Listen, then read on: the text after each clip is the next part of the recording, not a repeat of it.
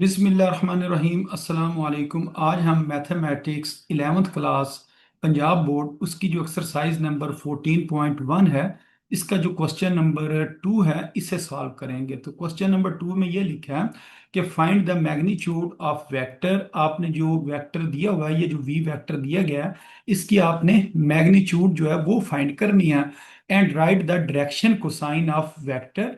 और वी जो वेक्टर है उसका आपने डायरेक्शन कोसाइन भी फाइंड करना है। यानी कि हर क्वेश्चन में आपने दो काम करने हैं, एक मैग्नीट्यूड फाइंड करनी है और एक डायरेक्शन कोसाइन जो है उसको फाइंड करना है। तो अब ये जो क्वेश्चन नंबर 2 है, इसको हम बारी बारी सॉल्व करते हैं, इनके तमाम पार्ट्स को।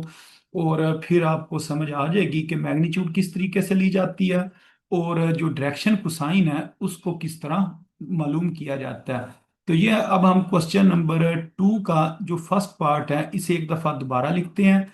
जो वी वेक्टर है, बेशक वेक्टर का साइन नीचे लगा लें, ऊपर भी लगाया जा सकता है। ये बराबर है जी 3 into I unit vector minus 2 into J unit vector और plus 6 into K unit vector. तो ये ऊपर आप ना यूनिट वेक्टर के भी साइन लगा सकते हैं, नीचे ये छोटी सी लाइन भी लगा सकते हैं। इसका मतलब भी डायरेक्शन बताने के लिए होता है, यानी कि ये भी यूनिट वेक्टर को ना शो कर रहा होता है। ये हमने ना वी वेक्टर लिख लिया।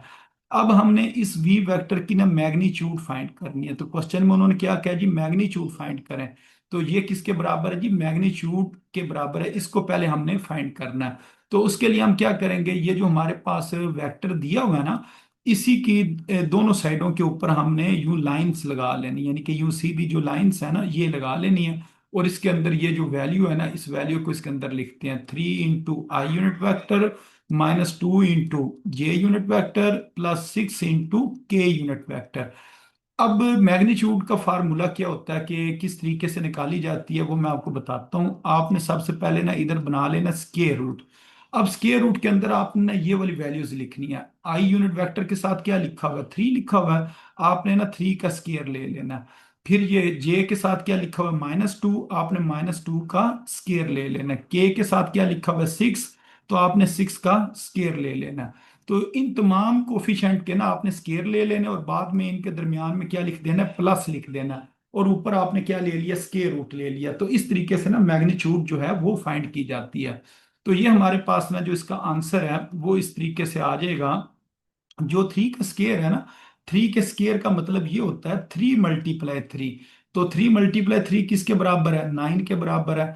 इसी तरह -2 के स्केयर का मतलब है कि -2 को आपने ना 2 टाइम्स लिख कर मल्टीप्लाई करना, तो वो माइनस माइनस क्या हो जाएगा, प्लस हो जाएगा। और 2 को 2 से मल्टीप्लाई करेंगे तो 4 आएगा। इसी तरह 6 का स्केयर है, इसका मतलब 6 × 6, तो 6 × 6 किसके बराबर होता है, 36 के। तो इस जगह पर हम क्या लिख सकते हैं जी, इस जगह पर हम लिख सकते हैं 9। और इधर हम लिखेंगे जी +4, +4 का इस तरह बेशक आप लिख लें।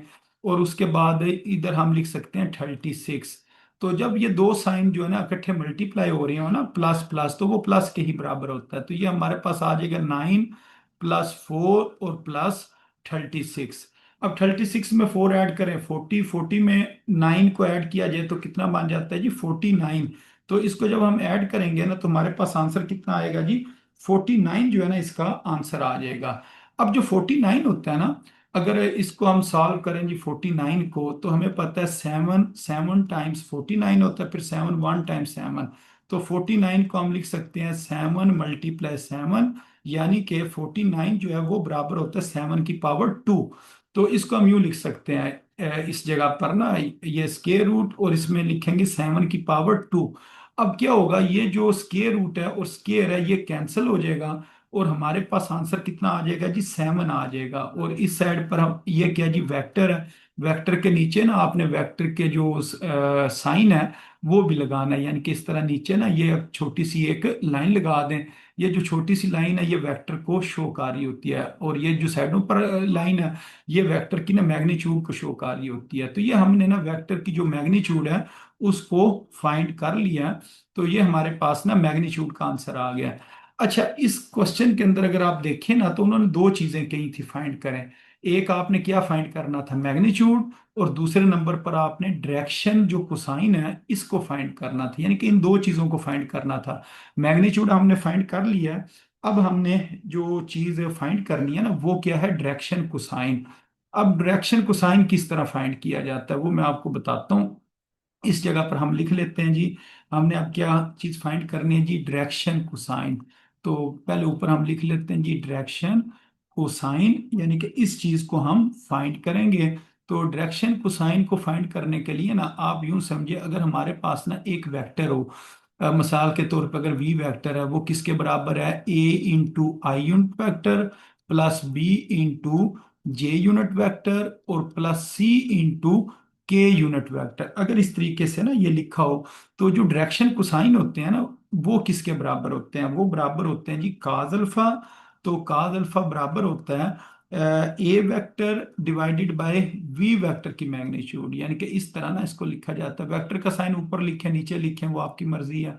तो फिर जो होगा ना काज बीटा, ये डायरेक्शन कोसाइन होते हैं, ये बराबर होता है B divided by V vector की मैग्नीट्यूड। फिर जो काज गैमा होता है वो बराबर होता है C divided by V vector की मैग्नीट्यूड। तो ये हमारे पास ना इसका तरीकाकार होता है इनको सॉल्व करने का। तो अब अगर हम इसको कंपेयर करें जो हमारे पास क्वेश्चन है उसके साथ, फिर अगर हम देखें कि हमारे पास ए बी और सी की क्या वैल्यू है, तो फिर आपको ना इसकी अच्छे तरीके से समझ आ जाएगी। तो इधर अगर हम जो पहला वेक्टर है, ये वाला जो वेक्टर क्वेश्चन में दिया हुआ है, अगर इसको मैं इसके साथ कंपेयर करूं इधर लिख के, तो ये वाला वेक्टर ना मैं इस जगह पर लिख लेता हूँ और फिर इसको ना मैं कंपेयर करता हूँ। तो इस जगह पर चलें लिख लेते हैं। तो इसको मैंने लिख लिया जी, जो हमारे पास वेक्टर है, इधर मैं लिखता हूँ जी, वेक्टर हमारे पास किसके बराबर है, वो बराबर है 3 इंटू आई यूनिट वेक्टर और -2 into J unit vector plus 6 into K unit vector. इसको हमने किससे कंपेयर करना है, जो ऊपर ये मैंने लिखा है ना इसके साथ। बेशक वेक्टर का साइन आप नीचे लगा लें, नीचे लगा लें ऊपर लगा लें, एक ही मतलब है। अच्छा, इसको अब मैं कंपेयर करता हूँ जी, ए इंटू आई यूनिट वेक्टर, फिर आई को जरा सही तरह लिख लें ताकि आपको सही समझ आ जाए, I A into I unit vector plus B into J unit vector plus C into K unit vector. अच्छा, अब इसको हम ना इस तरीके से लिख सकते हैं कि हमारे पास जो आई है, यानी कि जो ए है, ए किसके बराबर आ गया जी, 3 के बराबर आ गया। उसके बाद जो बी है वो 2 के बराबर आपने नहीं लिखना है, उसको आपने लिखना है -2 के बराबर। ये वाली माइनस की आपने गलती नहीं करनी है। तो इस जगह पर इसे चले मैं दूसरे कलर से लिखता हूँ ताकि आपको याद रहे। तो जो बी है वो किसके बराबर है, -2 के बराबर है। जो सी है वो किसके बराबर है जी, 6 के बराबर है।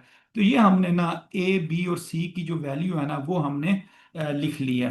तो अब हम क्या करेंगे, जो हमारे पास वैल्यू है ना डायरेक्शन कोसाइन की निकालने के लिए, किस किस वैल्यू की हमें जरूरत होती है, हमें जरूरत होती है जी काज बीटा। इसको मैं थोड़ा सा ना इधर साइड पर करके लिखता हूँ ताकि आपको ना ये चीजें अच्छे तरीके से समझ आ जाए। तो इसको मैं थोड़ा सा आगे करके लिख लेता हूँ ताकि इधर थोड़ी सी जगह जो है ना मजीद बन जाए और फिर आपको इसकी समझ अच्छी तरह आ जाएगी। तो ये मैंने इस जगह पर ना इनको लिख लिया। अब हमें ना वी वेक्टर चाहिए, वी वेक्टर की मैग्नीट्यूड चाहिए। अभी हमने ना थोड़ी देर पहले ना वी वेक्टर की मैग्नीट्यूड जो है ना वो फाइंड की थी। यानी कि क्वेश्चन का जो फर्स्ट पार्ट था ना, जिसके अंदर मैग्नीट्यूड फाइंड करनी थी, वो हमने ना फाइंड की हुई है। तो इधर हम ना लिख लेते हैं कि जो वेक्टर है वी वेक्टर, उसकी जो वैल्यू है, जो ऑलरेडी हमने फाइंड कर ली है ऑलरेडी। इधर हम लिख लेते हैं जी ऑल रेडी, जो हमने पहले ही हमने क्या की हुई है, फाइंड की हुई है। अ, वो किसके बराबर थी जी, 7 के बराबर थी। तो इधर हम लिख देते हैं ऑलरेडी जो वी वेक्टर की मैग्नीट्यूड है उसको हमने फाइंड किया हुआ है और वो किसके बराबर है जी, 7 के बराबर है। तो इस तरह ना इसको हमने लिख लिया। अच्छा, अब हम ना डायरेक्शन को साइन निकालते हैं। हम कहते हैं जी ऑलरेडी फाइंड लिख लें, ऑलरेडी फाइंड हमने ये पहले फाइंड की हुई है।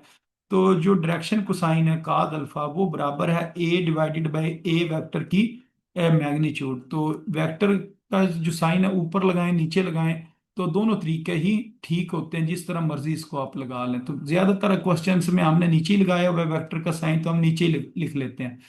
तो यहां से ना इसकी वैल्यूज हम पुट करते हैं। हम कहते हैं जी काज अल्फा बराबर है ए, ए की वैल्यू क्वेश्चन में क्या दी हुई है, 3। तो इधर हम लिखेंगे 3 और इसको हम 7 पे डिवाइड कर देंगे, तो ये हमारे पास ना काज अल्फा की वैल्यू आ गई।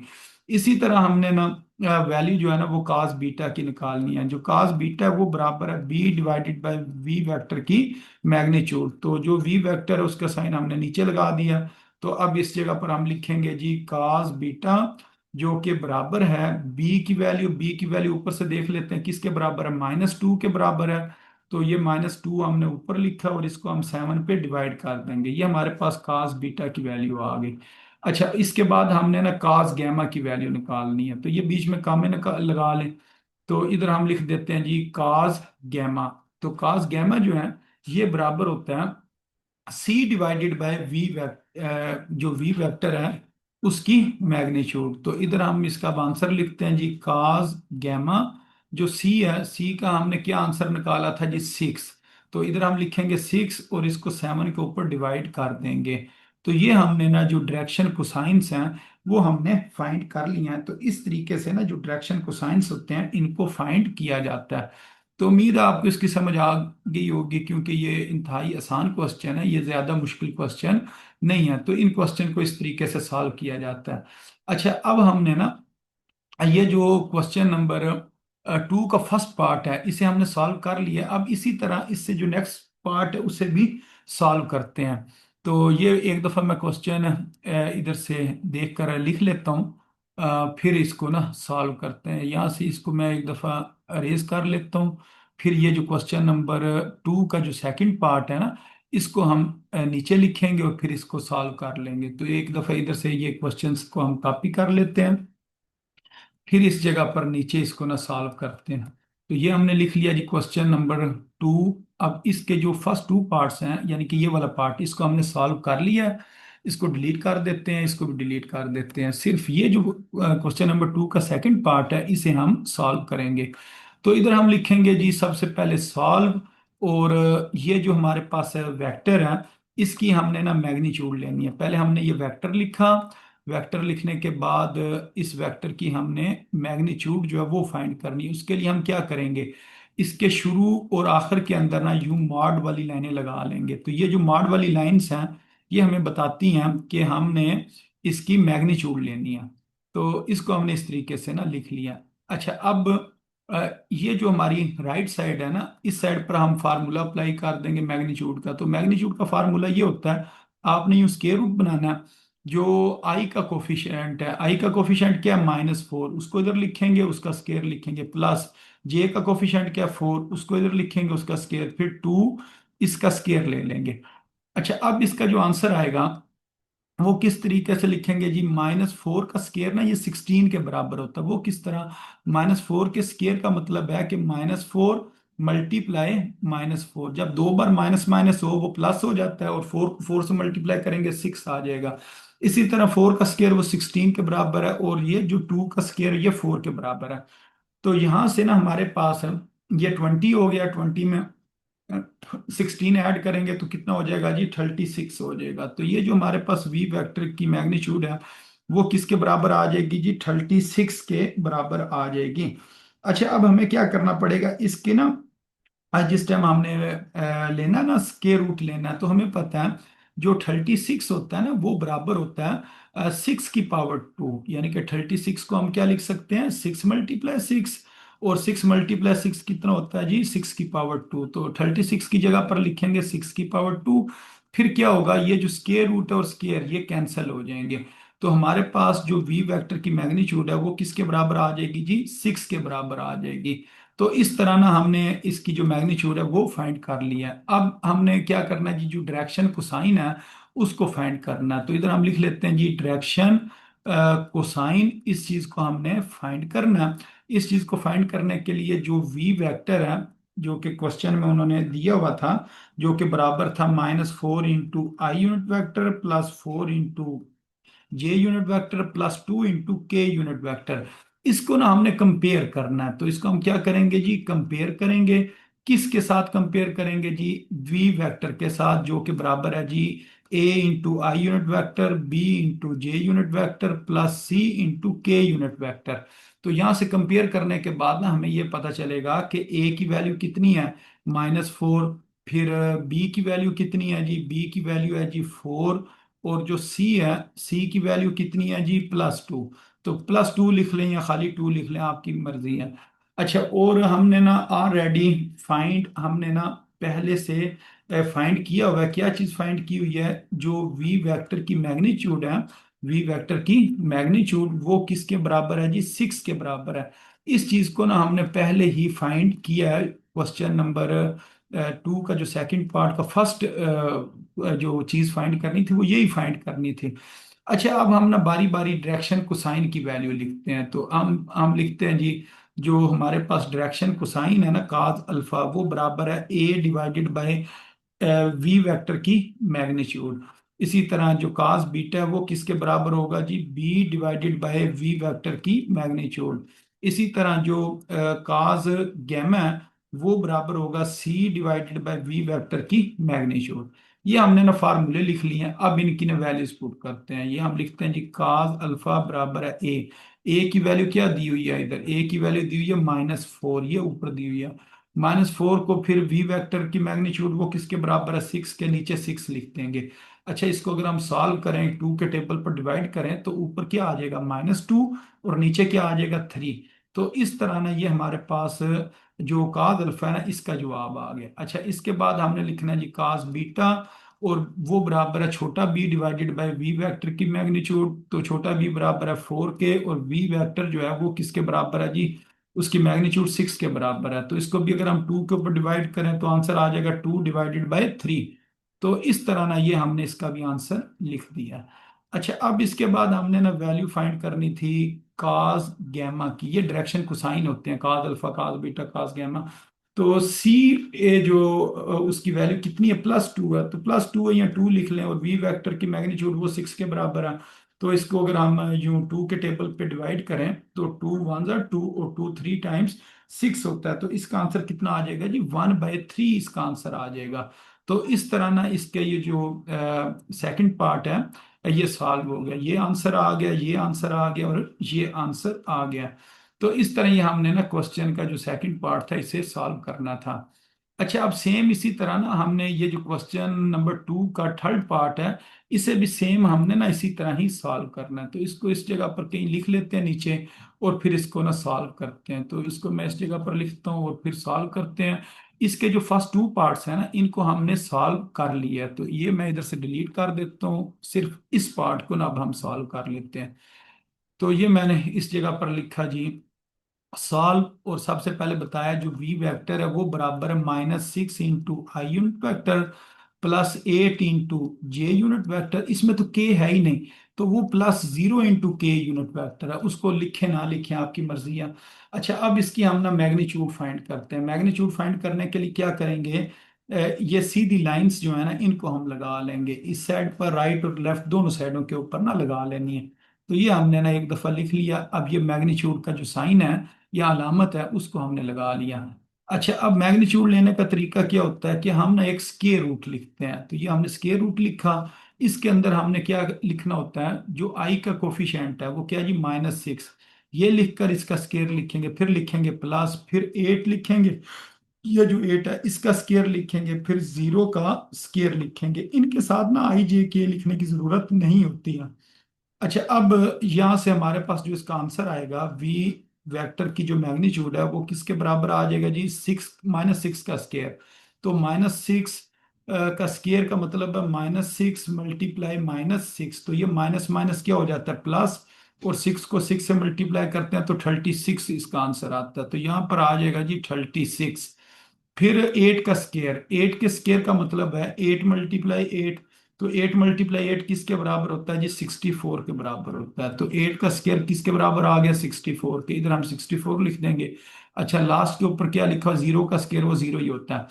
अब इन दोनों को अगर हम ऐड करें तो हमारे पास कितना इसका आंसर आ जाएगा जी, वो आ जाएगा जी 100 आ जाएगा। जो 100 है ना ये स्केयर होता है, 10 का स्केयर होता है। तो इसको हम यूं लिख सकते हैं, 100 बराबर है जी 10 का स्केयर, और फिर ये स्केयर रूट और स्केयर कैंसिल हो जाएगा। यहाँ से वी वेक्टर की जो मैग्नीट्यूड है वो किसके बराबर आ जाएगी, 10 के बराबर आ जाएगी। तो ये हमने ना जो मैग्नीट्यूड है इसको हमने फाइंड कर लिया। अच्छा, अब हमने क्या करना है, ये जो हमारे पास वी वेक्टर लिखा हुआ है ना, इस वेक्टर को हम एक दफा दोबारा लिखते हैं और फिर इसको हम कंपेयर करते हैं। तो ये मैं अभी ना इसको नीचे एक दफा दोबारा लिखूंगा। तो अब हम इधर लिखते हैं जी, हमने ना डायरेक्शन जो कोसाइन है ना वो फाइंड करना है। तो इधर मैं लिख लेता हूँ जी डायरेक्शन कोसाइन। तो डायरेक्शन कोसाइन फाइंड करने के लिए हमें क्या करना पड़ेगा, जो वेक्टर हमारे पास लिखा हुआ था ना, उसको एक दफा दोबारा लिखेंगे। ये वेक्टर आ गया। अब इसको हमने क्या करना है, इसको हमने कंपेयर करना है। तो इधर हम लिख लेते हैं जी कंपेयर, इसको हम कंपेयर करेंगे। किसके साथ कंपेयर करना है जी, इसको हम कंपेयर करेंगे वी वेक्टर जो कि बराबर है A into I plus B into J unit vector plus C into K unit vector. तो यहां से कंपेयर करने के बाद जो हमारे पास इसका आंसर आएगा ना, वो ये आएगा, ए बराबर है -6 के, बी जो है वो बराबर है जी 8 के या +8 के, और सी किसके बराबर है, 0 के बराबर है। ये हमारे पास ना ए बी और सी की वैल्यूज आ गई। और उसके बाद हम बता देंगे कि आर रेडी फाइंड, हमने ना पहले ही फाइंड किया हुआ है। आर रेडी फाइंड, क्या चीज फाइंड की हुई है, जो वी वेक्टर है, वी वेक्टर की मैग्नीट्यूड वो हमने पहले फाइंड की हुई है। वो किसके बराबर है जी, 10 के बराबर है। तो ये चीज हमने ना बता दी। अब हमने क्या करना है जी, डायरेक्शन को साइंस लिखने हैं। तो इधर हम लिखते हैं जी डायरेक्शन को साइंस जो होता है ना काद अल्फा, वो बराबर होता है A divided by V vector की मैग्नीट्यूड। फिर जो कास बीटा है, वो बराबर होता है B divided by V vector की मैग्नीट्यूड। फिर लिखते हैं जी कास गैमा, वो बराबर होता है C divided by V vector की मैग्नीट्यूड। अब इसके अंदर हमने वैल्यूज पुट करनी है। तो ये बारी बारी वैल्यूज पुट करते जाते हैं। इधर लिखते हैं जी काद अल्फा। तो काद अल्फा किसके बराबर आ गया, ए किसके बराबर है, -6 के। तो -6 को, इसको दरखास्त को मैं सही तरह करके लिख लूं, ये लिखा हुआ जी काद अल्फा, ये किसके बराबर है, ए बराबर है -6 के, और वी वेक्टर की मैग्नीट्यूड कितनी है, 10। तो ये इस तरह ना इसको हमने लिख लिया। अब ये ना डिवाइड हो सकता है। मसलन इसको अगर हम डिवाइड करें टू के टेबल पर, तो माइनस इधर ही रहेगा। तो 2 3 टाइम्स 6 होता है, और 2 5 टाइम्स 10 होता है। तो ये काज अल्फा जो है ना -2 डिवाइडेड बाय 5 के बराबर है। ये इसका आंसर आ गया। अच्छा, उसके बाद हम ये कास बीटा की वैल्यू फाइंड करते हैं। तो इधर अगर हम देखें बी की वैल्यू कितनी है, 8 है। और ऊपर हम 8 लिखेंगे और नीचे हम क्या लिखेंगे, 10 लिख देंगे। अब इसको हम डिवाइड करेंगे टू के टेबल पर, तो ऊपर आ जाएगा 4 और नीचे आ जाएगा 5। ये हमारे पास कास बीटा का आंसर आ गया। अब इसके बाद ना हमने कास गैमा की वैल्यू निकालनी है, जो कि डायरेक्शन कोसाइन है। तो अब अगर हम सी की वैल्यू देखें, वो कितनी है, 0 है। और वी वेक्टर की मैग्नीट्यूड वो किसके बराबर है, 10 के। तो अगर किसी चीज के ऊपर 0 आए ना, तो सारी चीज क्या हो जाती है, 0 हो जाती है। तो ये हमारे पास ना ये तीनों आंसर आ गए हैं। तो इस तरह ये जो क्वेश्चन नंबर 2 का सेकंड पार्ट था, इसको हमने सॉल्व कर लिया है। तो इसके अंदर ही इसी तरीके से ना इन चीजों को सॉल्व करना था। तो उम्मीद है आपको इन क्वेश्चंस की समझ आ गई होगी। तो अपनी दुआओं में याद रखें। अस्सलाम वालेकुम वरहमतुल्लाहि वबरकातुहू।